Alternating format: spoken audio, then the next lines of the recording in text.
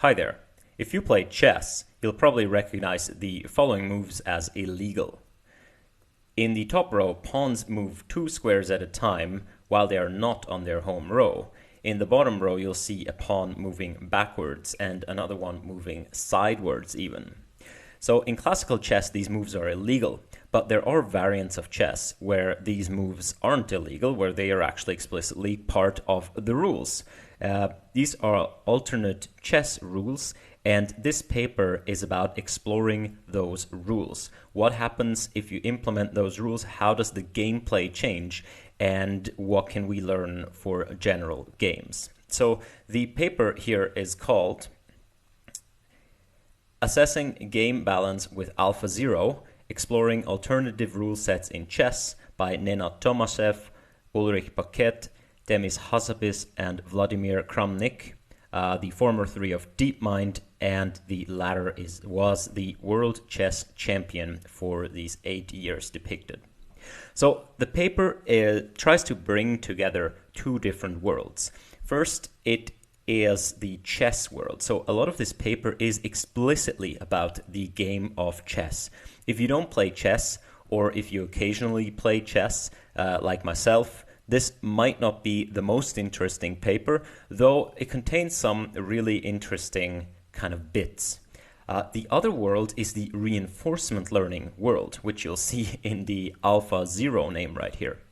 So the reasoning behind this is the following. Chess is a really, really old game, and rules have evolved over time and have sort of consolidated on the rules we have today. But also strategy has evolved over time, and lots of thinking and theory has gone into the strategy of chess. And to change the rules around, you can change the rules of chess. However, you can't really assess how the game would be played by humans if the rules were changed, because you don't have 1,000 years of the entire humanity studying these new rule sets, and therefore you're kind of stuck with assessing the games from the perspective of someone who has learned the old rules. But reinforcement learning to the rescue. So consider the following rule changes. No castling. This is a really simple rule change. No castling. Castling is disallowed throughout the game. If you don't know what castling is like a special move where there is this rook and the king is right here. I don't know how to the king.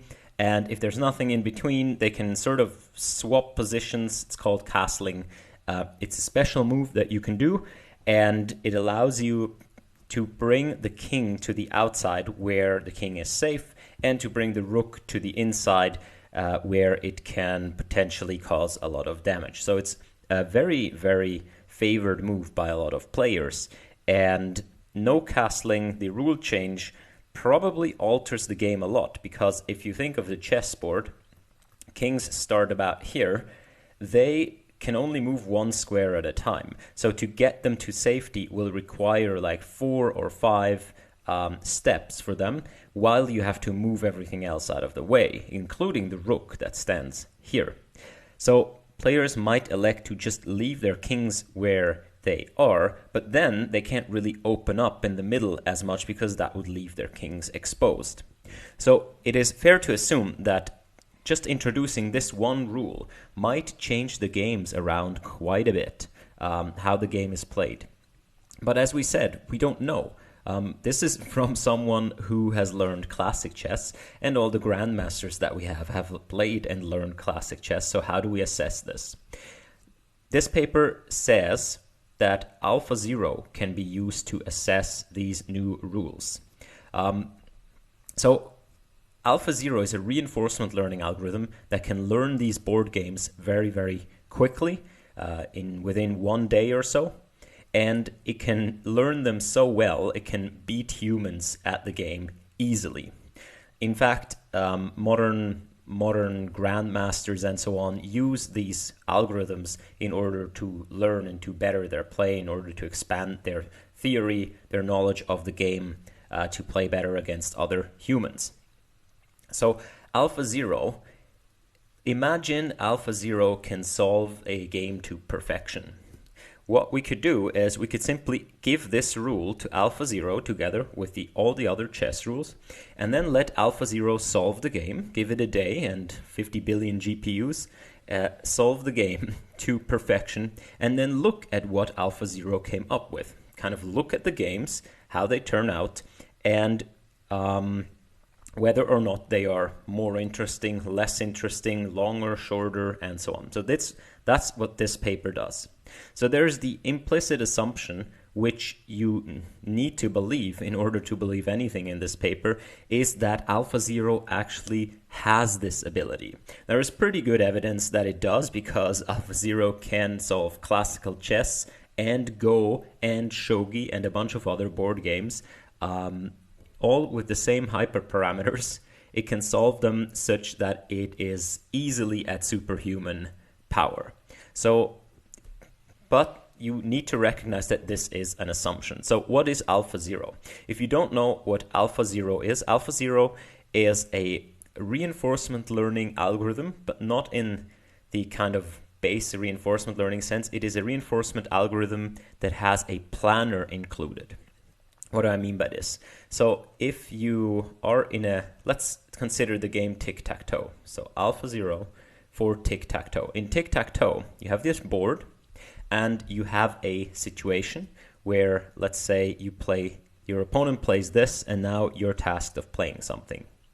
You wonder, should I play maybe here or here or here? Where should I play? So what you can do is you can train a reinforcement learning algorithm. You can do Q learning, whatnot. Okay, that will maybe work.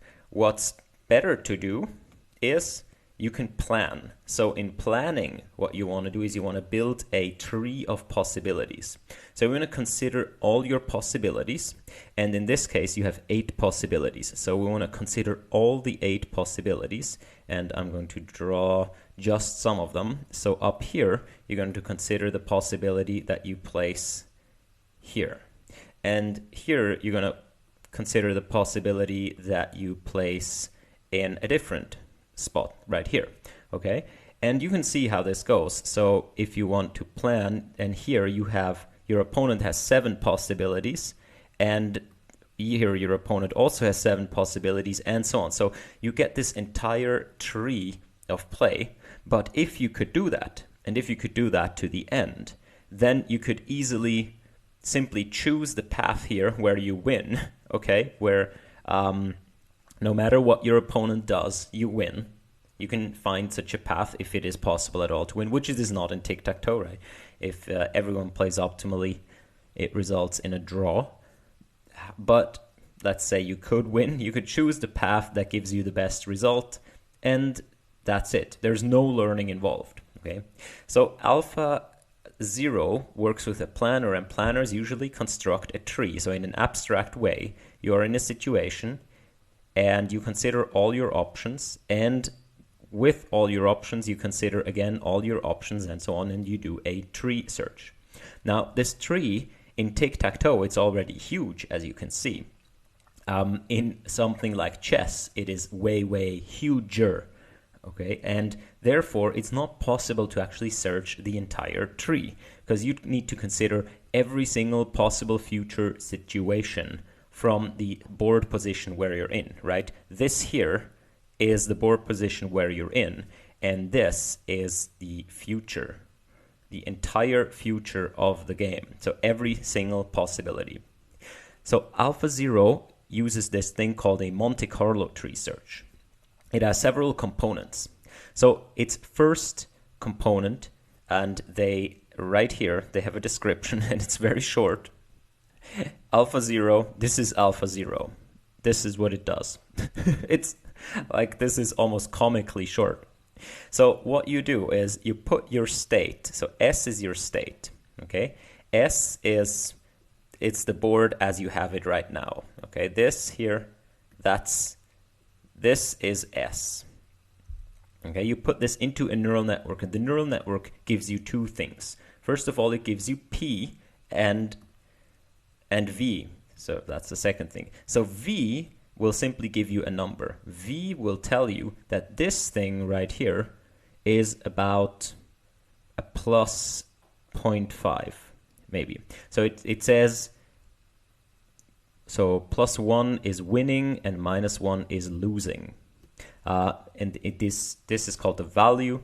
So maybe it says, well, this position, I'm going to expect you to win roughly 75% of the time, right? Which in expectation would be a value of positive 0.5 here, because 75% of the time you win and the rest you lose. Let's say there is no draw in tic-tac-toe. So there's this value function, and the second thing is this p, and the p is a policy function. So the p will, and I've drawn this a little bit, maybe not super duper too large, but the p will tell you for every possible move you could make, which one should you consider even, okay? So maybe it assigns this here a 0.3, and this here a 0.4, but this here is like a 0.0001, and so on. So for every possible move that you could do, it will assign a number, and it's a distribution, so these numbers add up to 1, but that's not important. It tells you which moves you should even consider going forward, right? So P in this case is a distribution over the next moves, and with those two things together, we can reduce our tree search quite a bit. So now, instead of expanding all the tree, let's go back to the tree right here, you can ask your P, hey P, which one of these three should I even consider? And maybe P says you should only consider those two, okay? And then you go down, and again, you ask your P, hey P, which one should you consider? And P maybe says, well, here you should consider those two, here you should only consider this one. And this tree over here, we've already discarded this from the beginning, okay? So this P right here, it guides your search. It tells you at each point which moves should you consider. And this, as you can see, reduces your tree dramatically. In fact, what AlphaZero does is it simply says you have 1 second of time. Now, expand as much as you can in this tree, given this 1 second of time budget. And the second thing is the value. So what you would have to do expanding the tree is always to go to the end, right? So you always go to the end, where at the end you have a fully filled board. I don't know, here X, So you consider every possible situation. Okay, here maybe this player wins, as you can see. You always have to go to the end, but in our case, we don't want to always go to the end. We'd rather explore more into like more branches than always go to the end. And this is where the value comes in. So at some point, you simply say, now I'm deep enough. And now I'm going to ask my value V. Now there are slight differences with respect to AlphaGo and AlphaZero and so on, but they all have in common that they estimate the value of the intermediate nodes using this V model from over here. I have V was green. So they use this V model from over here to estimate at a certain depth.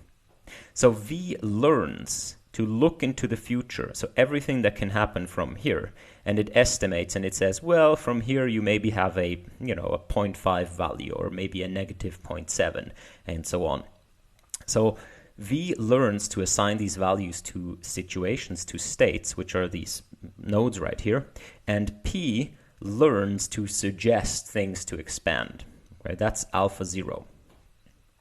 And then at the end, if you've expanded the tree enough and estimated well, then you have a pretty good idea what's going to happen in each of the branches that you considered, right? In each of these branches, you look into the future. Here you look into the future, here you look into the future by doing this PV play. And after 1 second, after you've done, a couple of 100 or 1,000 or however many looks into the future, then you have a pretty good idea for each of the top level actions, what's going to happen in the future, and you can simply pick the one that has the best future for you, according to your own model. So that's what AlphaZero does. Note, so this is how you combine planning and neural networks. You want to do planning, but you can't because you can only go so deep. So you use neural networks to, first of all, reduce the number of branches you consider, because the neural network will tell you which ones are worthy to even look at. And second of all, you don't always have to plan to the end, because you can simply ask your neural network how much an intermediate state is worth in expectation. And this turns out to be pretty good. Why don't we do this for every single problem? Well, we do need a simulator. So you may recognize that right here I said we consider all the possible actions that we have, and for each action we know exactly what's going to happen. This is only possible like in a board game. It's not even possible in like a board game where you have a die to roll or a card to draw. Anything that is random, there is a way to include this right here, but in this simple formulation, we need to know exactly with 100% certainty what is going to happen if we take a particular action. So this is only really applicable for the types of full information board games where we can write simulators that are pretty fast, right? And even then, even though chess, has lots of available actions and complications, it's nowhere near the complexity of like let's say a modern video game or the real world is completely out of scope for now for these types of things. All right, so that was AlphaZero, which builds on AlphaGo, of course, and the rules of chess that we're going to consider using AlphaZero are the following. So there's no castling for 10 moves. Pawns can only move by 1 square. Forcing a stalemate is a win rather than a draw. So you may note this in chess, if you do not checkmate the opponent's king, but only put the king in a situation where it cannot move, that's considered a draw. And I think even in the chess community, some people want to consider this a win. There is torpedo, where pawns can move by 1 or 2 squares anywhere on the board. And semi-torpedo, where it's the same but only from the 2nd and the 3rd rank. Pawn back, where pawns can move backwards, and pawn sideways, where pawns can move laterally by 1 squares, but captures are unchanged, diagonally upwards. And there is self-capture, where it's possible to capture one's own pieces. So there are slight details here with respect to the 50-move rule and so on. But if you don't play chess, simply consider these are changes, minor, in a lot of cases, minor changes to the chess rules that make the new rules either a superset or a subset of the original rules, but they are going to have quite some changes for the play, and we're going to look at what happens. So that's the entire research setup, as you've seen. It's AlphaZero applied to these new rule sets, and under the assumption that AlphaZero will become master at these games, which we can't verify. We can verify in chess because, right, AlphaZero can beat people that have trained chess for all their life. We can't verify it here. So again, this is an assumption. So the first thing I want to look at here, and this is going to play a little bit into my criticism of this paper. It's a pretty cool paper, but I do have some concerns right here, is the following charts. So we don't consider how you train AlphaZero. Let's just say you can train it, to whatever, pretty good performance. Here is how they evaluate. So they evaluate for each variant, they do 10,000 games played at 1 second per move for each different chess variant. So if you remember, as we do our tree search, right, we expand the tree according to our P and we estimate the values according to our V. And we do this for 1 second in this first thing. So in 1 second, maybe this here is the tree. So we have some sort of an understanding of what's going to happen in the future. You can imagine if we have more time, then we can expand this tree more and get a much more accurate picture of what happens in the future. Okay, so they do 10,000 games at 1 second per move, but they also, in addition to 1,000 games played at 1 minute per move. So there's 60 times more time, and you can imagine that will add quite a number of nodes here. And you know, if your P and V would be perfect, then it wouldn't matter as much how much time you have, as long as you sort of have enough time. But since they're not going to be perfect, since they're only neural networks, they're not God or Schmidhuber, they cannot extremely accurately predict the future. So this planning, the more you plan, the more you actually look into the future, the bigger your tree becomes, the better moves you make. So on the left, you see the distributions of wins, losses, and draws for 1 second per move, and on the right for 1 minute per move. So both white and black pieces here are played by AlphaZero. So it's not AlphaZero against something else. This is playing against itself. And you can see in classic chess, it's quite saddening actually, that this game, which is so famous, you can see that of 10,000 plays, 8,820 end in a draw, which means that if both players are super duper good and play against each other, it most likely is going to be a draw. And this, I think, is the criticism even in human chess, is that it's not really a decisive game in that it ends a lot of times in a draw. So one of the motivations here would be, can we find a rule set that is maybe more decisive? So that's one of the investigations they do in the paper. But you can see that there are actually, so if you consider this torpedo chess right here, it is more decisive, as you can see, in more times either white or black wins right here. And there are others which are even less decisive, like pawn back. So when pawns can move back, then players may just camp. They like move a pawn forward and move it back again, and that will lead to a lot of closed plays and so on. Whereas torpedo makes you move much faster. You can advance your pawns much faster, and that will probably lead to the end much faster. So if you consider this on the right, so what changed? The rules didn't change. AlphaZero didn't change. It simply changed that we now let AlphaZero think for longer. And you can see that the decisiveness reduces dramatically.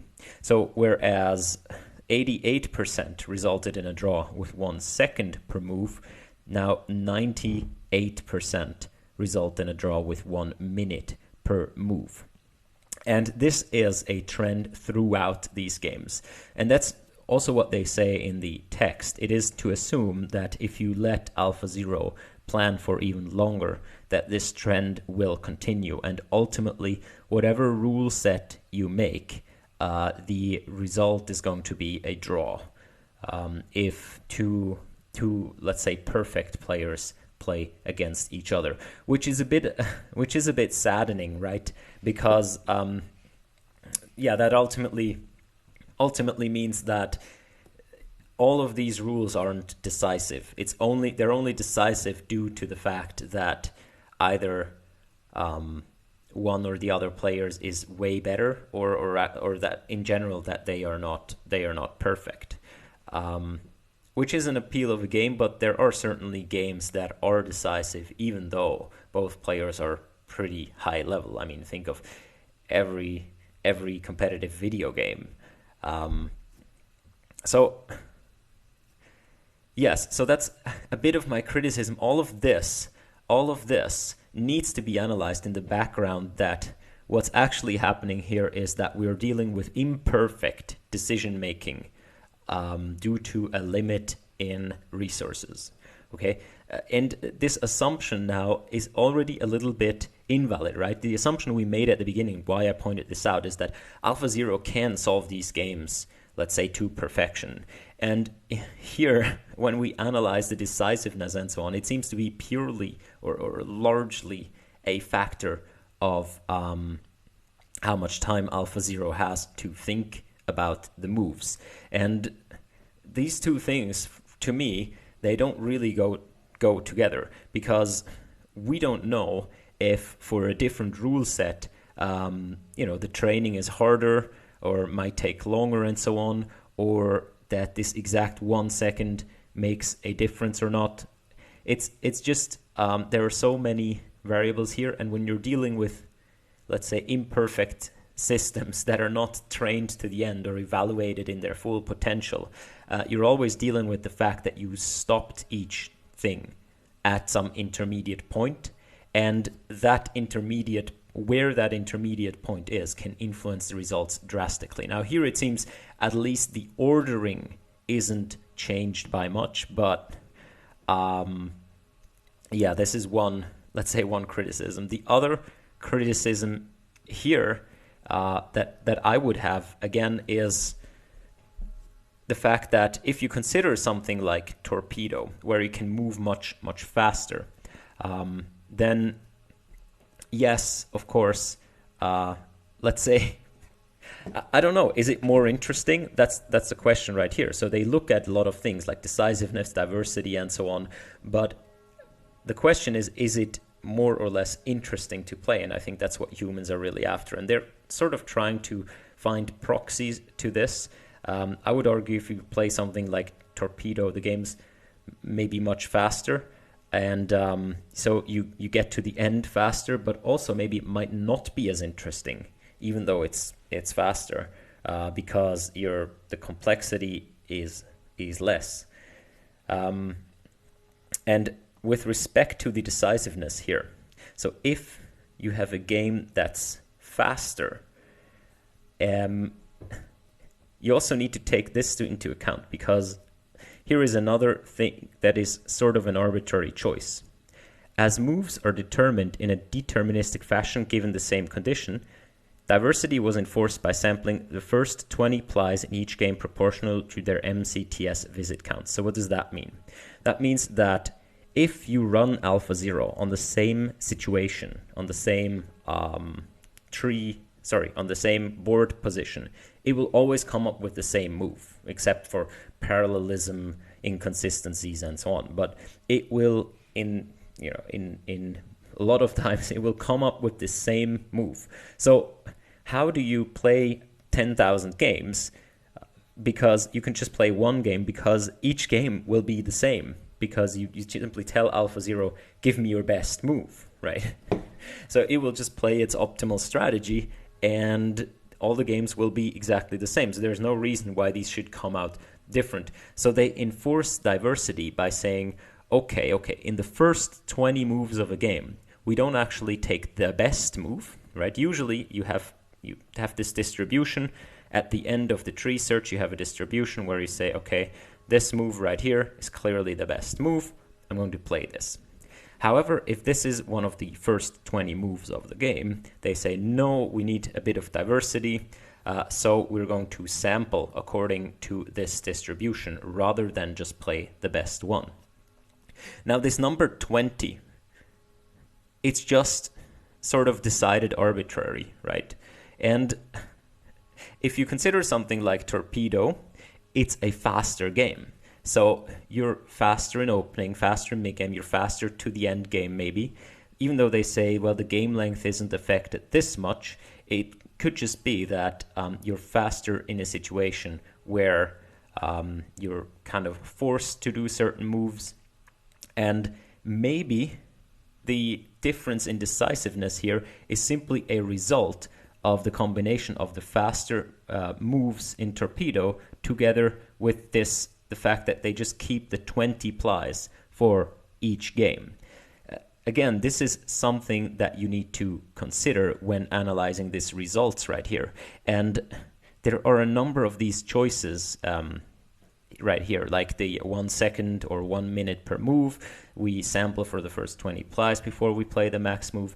That where I think the results of the study right here, they have rather limited interpretability, if you ask me, because of these choices. Now, of course, the results are quite plausible, believable, and the idea is really cool to explore these rule sets, but this is just my criticism right here.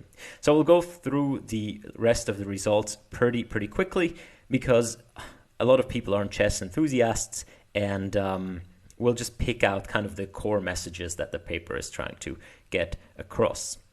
So here the table again with respect to decisiveness, and you can see even for classic chess, it's white has a 50. This is the empirical score for white under different game conditions. So 50.8% means most of the time it's a draw. So white wins with a probability of 50.8. Most of the time it's a draw. And you see even like the most decisive variant, torpedo, right here is a 54% only. So they analyze different defenses and how the decisiveness is with respect to different defenses that are not really popular under classical chess. And the results are interesting if you play chess, but I would say they're kind of okay if you do not play chess, because they consider individual moves and so on. What is an interesting part is this right here, where they look at one move that in classical chess, so e4 is a very popular opening, where you move your e pawn twice for white, and nf3 is not a super popular opening. And here they compare this in classic chess and in no castling chess. So this thing right here is a histogram, and the histogram shows you the log probability of opening sequences when you play the individual moves. So what does this mean? Right here, if you play e4, then the distribution is something like this, which means that you have some sequences that have no entropy at all, which means that once you play e4 and maybe one move more, then it's almost determined what you have to do according to AlphaZero. You have like no choice except play these few next moves. However, if you play nf3, then AlphaZero says, look, this distribution is much more to the right, which means that you have a lot more options here. Now again, this could be because the move is actually less decisive, because the move leads to more balanced, more interesting situations where you can continue, however, with many choices. It could also be because it's simply AlphaZero simply doesn't know as well what to do, because it leads to more complicated games, and you give each move 1 minute to evaluate. AlphaZero might just not be as good in those situations because it leads to more complicated situations. If it could search for longer, maybe this distribution would shift over here just as well. Again, we don't know, because you only give this 1 second or 1 minute each time for both. And again, this goes under the assumption of AlphaZero is this perfect player. However, back to what they want to say here, if you do this in no castling chess, you can see that this spike right here are all these Berlin defense variants, and castling, this OO right here, is a big part of that line. If you do this in no castling chess, you can see that these two moves, now the histograms overlap much more, which means that, and in fact you can see in this number of possible moves right here, that they come closer together. So not only does the blue shift to the right, the orange actually shifts to the left, and it basically means that whether you open with e4 or knight f3, you are going to have about the same complexity of game, the same number of moves available to you going from there. As you can see right here, these lines are the moves available for white and black under the different rule sets. So in E4, here, especially as black, you do not have many moves available, as white a little bit more, but also not more, whereas in no castling you do. So again, small rule change, big effect on the possible moves that you can consider, and this is the type of information that you would want to have when you design a game. And they allude to this also at the end here in their conclusions. So the last thing is they also compare the material values of the pieces here in the different rule sets, as you might imagine. So some pieces become much more or less valuable. I find it particularly interesting that if you do something like pawn sideways, or then where the pawns are much more powerful, of course, all the other pieces drop in value. Again, these results are pretty plausible, so I don't want to trash the paper right here, because it seems like the results are, as I say, plausible and can give some cool insights. So the chess master also gives his opinions on these different strategies that AlphaZero comes up with for the different rules, and let's go through the conclusions real quickly. So they say, assessing the consequences of rule changes in the game design process demonstrated on chess, where we've trained AlphaZero to evaluate 9 different variants representing atomic changes to the rules of the game. Training AlphaZero model on these rules changes helps us effectively simulate decades of human play in a matter of hours and answer the what-if question, what the play would potentially look like under developed theory in each chess variant. We believe that a similar approach could be used for auto-balancing game mechanics in other types of games, including computer games, in cases when a sufficiently performant reinforcement learning system is available. And yes, the application here would be for something like this. If you design a new game, then you want to know what you have some choice with how you can make the rules, and you don't want to let humans become really good at each of the rules and then compare. You can simply give this to the algorithm, and the algorithm will tell you what kind of plays result from each rule set, and then you can choose the one that you find most interesting or most maybe commercially viable and whatnot. I actually see this bigger than just games, and this alludes a bit to the Salesforce paper on this AI economist. I think we can let AI, tell us what happens if we change, for example, things like tax policy or any sort of policy. I know humanity is very complex to model and so on, and you're never going to have a perfect simulator, which probably makes AlphaZero not good. But in limited situations, like maybe also stock trading rules and so on, you could definitely have situations where the rule set is too complicated to solve analytically, but you could give it to an RL algorithm and see what happens, and whether or not you like the outcome, and whether or not there are any obvious exploits that you did not see.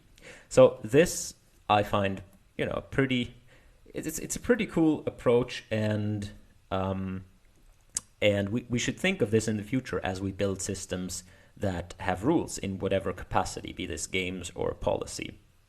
So they say, okay, yada, yada, yada. We showed that there are several chess variants among those considering this study that are even more decisive than classical chess, meaning torpedo chess, semi-torpedo chess, no castling chess, and stalemate equals win chess. We quantified a rising diversity of opening play and the intersection of opening trees between chess variations, showing how different the opening theory is for each of the rule changes.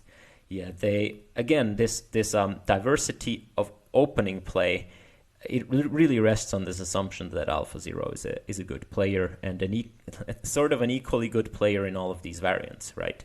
Because if it's worse in a variant, it might not be as sure about the moves, and that would just look like, oh, you have many possibilities, but in fact AlphaZero is just worse at it, and it doesn't know.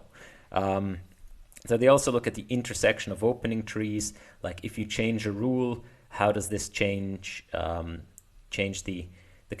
does this change the initial game? So a lot of these grandmasters, they learn by heart all of these opening trees, the initial moves of a game. How much would they have to relearn?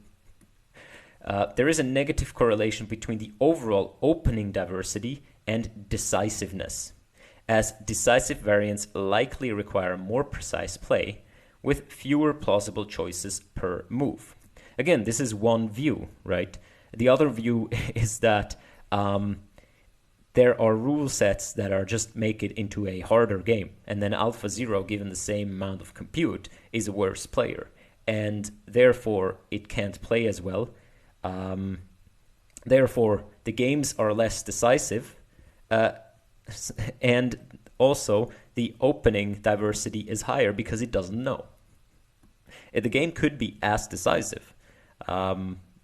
It might just be an effect of AlphaZero. For each of the chess variants, we estimated yada yada yada. Okay. No castling chess being the first variant that we analyzed has already been tried in an experimental Blitz Grandmaster tournament in Chennai, as well as a couple of longer Grandmaster games. Our assessment suggests that several of the assessed chess variants might be quite appealing to interested players, and we hope that this study will prove to be a valuable resource for the wider chess community. I don't know, is the chess community flourishing or going under recently? Because it seems to me like once a game is solved that hard by computers, I mean, it's still fun, but I guess Counter-Strike is also solved by bots real hard. It's still impressive when humans play or so. I don't know. All of this is, again, if you're into chess, look into this paper. They have a lot of really interesting results that are not interesting to go into for the general community, but I believe this should give you a good impression of what you could do if you design a system that is built on rules. All right, so this was it for this paper. I hope you enjoyed this. If you liked it, leave a comment, tell me what you think, and I'll see you next time. Bye-bye.